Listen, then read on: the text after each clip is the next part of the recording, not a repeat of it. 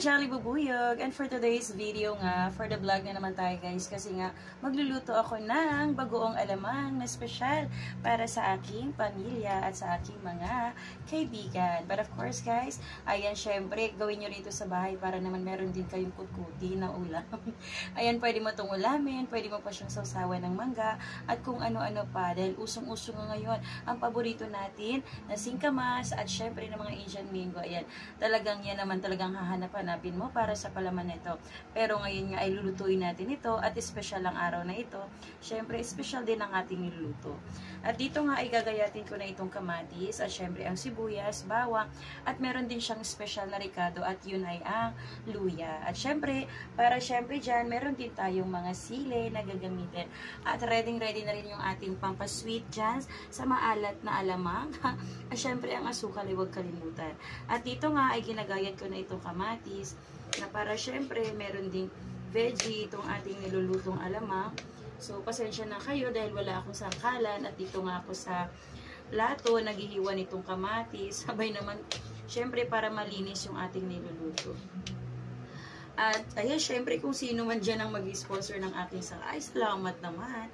But of course, salamat Lord kasi nga ito tayo, nakakapagluto pa rin tayo ng ganitong lutuin. Ayan, sa hirap ng buhay ngayon ay naku. So, eto nga, napakarami nitong kamatis na nabili natin kasi nga, murang-mura lang siya sa merkado ngayon guys. Ayan, nabili ko lamang po siya ng 25 ang kilo. So, nagamit ko na yung iba dun sa ginisa kong repolyo kanina. Ayan, ang ating paboritong repolyo. Ayan, ginisa lamang po natin siya sa kamatis, sibuyas at bawang. At simpleng ulam lang para sa buong pamilya ay sapat na. So, magluto lang tayo ng mga gulay-gulay para naman minsan ang mga bata ay hindi laging sa ulam. Ayan, hindi laging meat ang ulam. Gulay naman, di ba?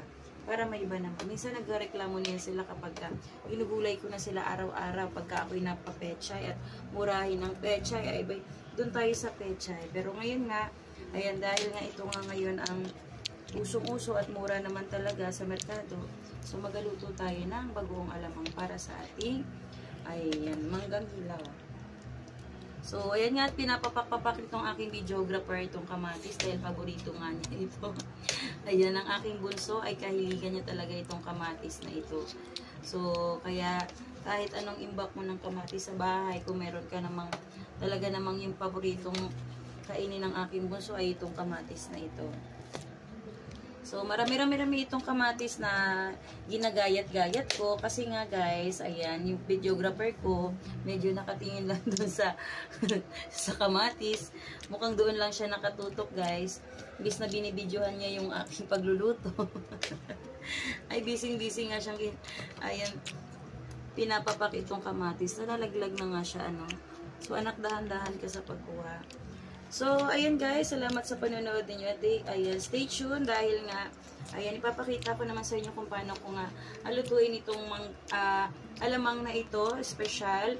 Pero nakalimutan ko nga bumili talaga guys ng taba. So, ayan, nagpabili na lang ako dun sa aking asawa ng chicharon para bukas ay ihahalo natin yung chicharon na yun dito. So, bukas nga ay i-recook lang natin ito guys. Para syempre, lagyan natin siya o haluan natin siya ng chicharon. Pero sana guys, nakafocus sa akin talaga guys yung camera guys. Kasi ako talaga ngayon ang nagpapablog ngayong araw na to guys. Pero mukhang yung aking videographer ay bising-bising kumain guys ng kamatis guys. So, ayan, yan ang kanyang paboritong gulay, kamatis. Kung pwede nga lang, kamatis na lang everyday. No, nak, no? So, ito malapit ko na matapos ang paghihiwa. Naki-post mo nga, anak. Pindutin mo yung sa bandang kabila. Post mo nga.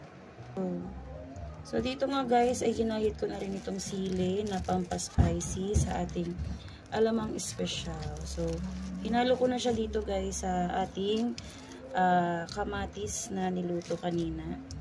So, eto na siya. Ayan. So, ganito lang siya guys. Isasabay lang natin to sa paggisa, syempre, ng ating bawang, sibuyas, kamatis, luya. Ayun, pampaspicy nga ito sa ating kalahating kilong alamang naluluto. So, ang una nga natin dito guys, ilalagay itong luya.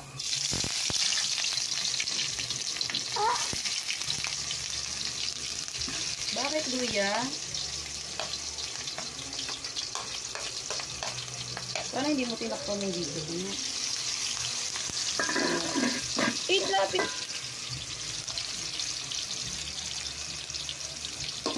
Luya ang una natin lutuin dito guys. At ito nga ay ating ito toasted. Diba?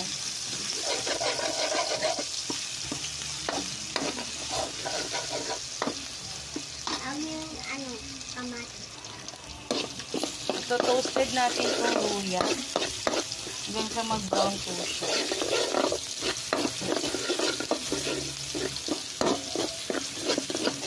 Kung napansin niyo sa luya ay iniwan natin siya ng maliliit. Ayan, pag nag-caramelize na po yung ating mantika, dahil nga yung luya ay masarap sa bagoong alamang everyone, kaya naman ito at toastedin muna natin siya. Pag natustan na nga itong bawang, guys, ay isusunod natin itong, ayan, bawang. Bawang ay susunod natin sa luya pag brown na yung luya natin. Ang bango niya guys, ayan. Try nyo din to sa bahay ninyo. Pag kayo ay nagaluto ng bagoong alamang. So, gigisahin lang natin siya dito. Hanggang sa mag-brown po siya.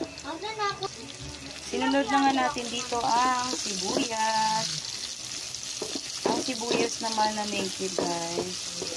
Ang sinunod natin sa pagluluto.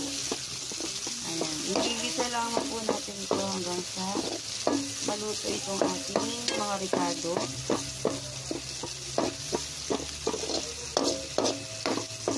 Ayan. Pag naluto na itong sibuyas, ay ready na natin ang ating mga gulay. Kamatis at sili naman ang isusunod natin sa paggisa.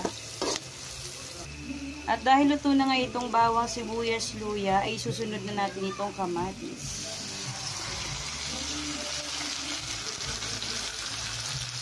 Natin, ayan, igigisa lamang po natin ang kamatis na ito hanggang sa lumambot. Kasama ng sili, ang bango niya. Ito pa nga lang ay ulam na everyone. So, ganito lamang po ako magluto ng special na bagoong alamang. Gusto ko pag nagluluto ako ay kompleto sa ricados para maging mas masarap yung ating alamang espesyal. So, palalambutin natin itong kamatis hanggang sa madurog po siya bago natin ilagay ang alamang. Kung mapapansin niyo ay wala nga akong hinalo dito na kahit na anong karne dahil nakalimutan ko ang bumili kanina sa palengke. Kaya naman ito lang itatry natin kung pwede na ba siya ng walang karne everyone. Masarap nga ang mataba ng baboy dito sa niluluto natin everyone. So kung mapansin niyo ay durog na nga itong kamatis natin at ilalagay na natin itong bagoong alamang espesyal.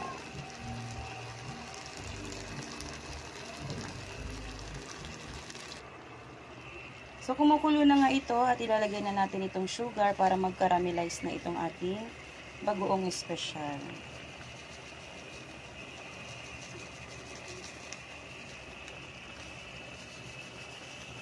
Dahil kalahating kilo nga ito ng bagoong ay ilalagay natin dito ang 1/4 na asukal para maging balance ang taste niya.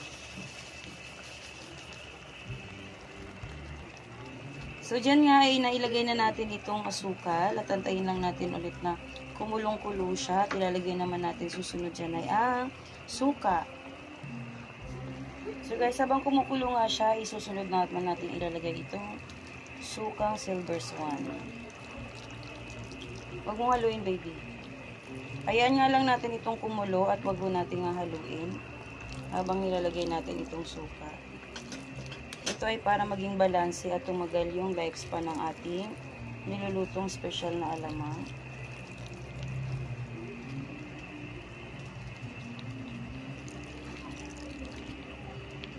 Shout out sa mga kabataan dyan! Manong ulam!